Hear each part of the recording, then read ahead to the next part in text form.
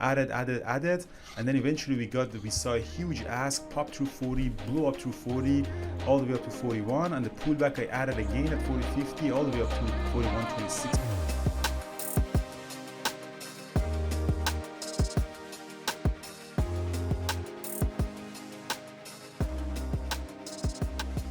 I'm just gonna do the quick recap. What a day to be alive.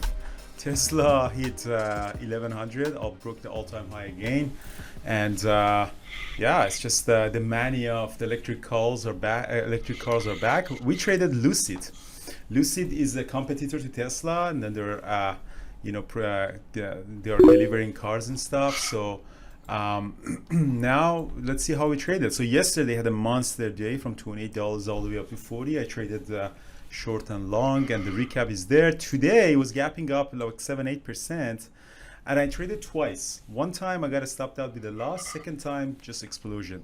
So it was gapping up at the open. It was above the VWAP. That's what we want. We want a strongest stock. We want above the VWAP. We want really good volume.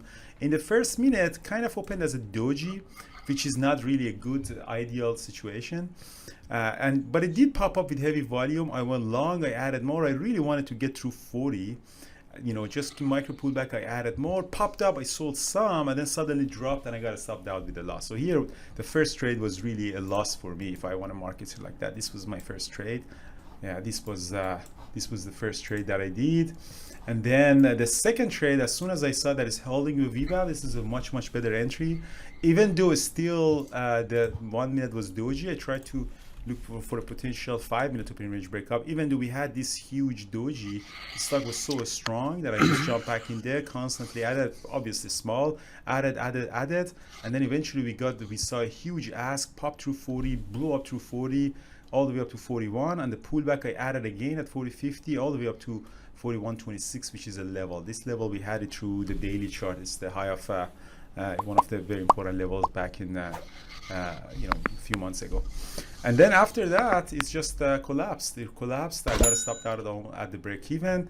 I kind of like it for a short because it really, the technical damage happened. I was really thinking to take it short around here, just be the stop loss above 40 for the breakdown, and it did break down, but I didn't take that trade. I know Megan did, and a couple of other traders did. Megan, if you can share your trades, maybe I can show it either here or in the trade tab.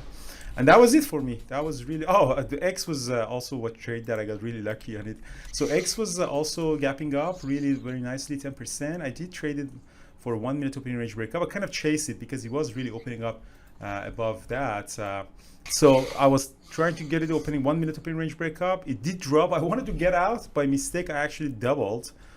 So it was kind of a sketchy thing. It did pop up and I got out at the break even. So I really, at the end of the day, I really didn't lost much on the X, but that was really scary. After that, it did actually break out. It really turned out to be a really nice 5 minute opening range breakup. But okay, so what about you, Brian? What did you do? Yeah, I think it's pretty much similar trades actually. Took X long. As I said, it wasn't very clean. There were a lot of kind of ugly pullbacks that first couple minutes, but kind of held through them because they seem to be holding the pre-market highs, or at least the bottom parts of the wicks of the pre-market highs. I kind of figured it was going to go higher just by reading the price action. So yeah, and then I joined you on that Lucid trade. Yeah, beautiful. Yeah. So that was those are really the trades that I did. Yeah, so I had a really good solid day. So I sold some of my TNA because IWM did pop up but really couldn't hold the highs. So now it went red. So I sold half of my IWM. I keep the other half. I have this covered calls on it, so this one might actually make profits on that. I'll see how it goes. Yeah, booked a very decent day for me. The day trade was Lucid. Yeah, on the other account, I also sold some of my TNA. It's just this TNA aged me. In the last year that I started trading it, it's just I feel that I'm like 10 years older looking at this TNA IWM constantly setting off. So as you see, yeah, now that TNA it just dropped, actually might not be a bad idea to buy it back. It's just right. It's just really sold off right now. SPY's selling off a little bit at this point. I'm just buying back a little bit here. Yeah, I buy back a little bit of, so as you see, I sold here and sold here. Oh, right on the top. So I actually buy it back a little bit here. See how it goes. All right, guys. Well, thank you so much, and hope to see you all in Vancouver December 3rd. We probably have, right now we have about 60 people confirmed. Hopefully we can get to 100. That would be really nice. People are coming from all over the States, so if you want to come to Vancouver, I mean, it may not be the best time of Vancouver, but it is the time. And yeah, if you have any question about where to book hotels and stuff, just read the forums, because Vancouver is tricky. The downtown Vancouver is a really, really nice place. And then there's a neighborhood that is just horrible. And you got to be really careful that don't book any hotel in that neighborhood. It might be cheap, and it's just right in downtown, so you got to be really careful. I post a map that, you know, book only in these places. So you got to be a little bit careful booking a hotel in Vancouver. People usually get sometimes trapped on that. Yeah, exactly. Yeah. Norm. Yeah.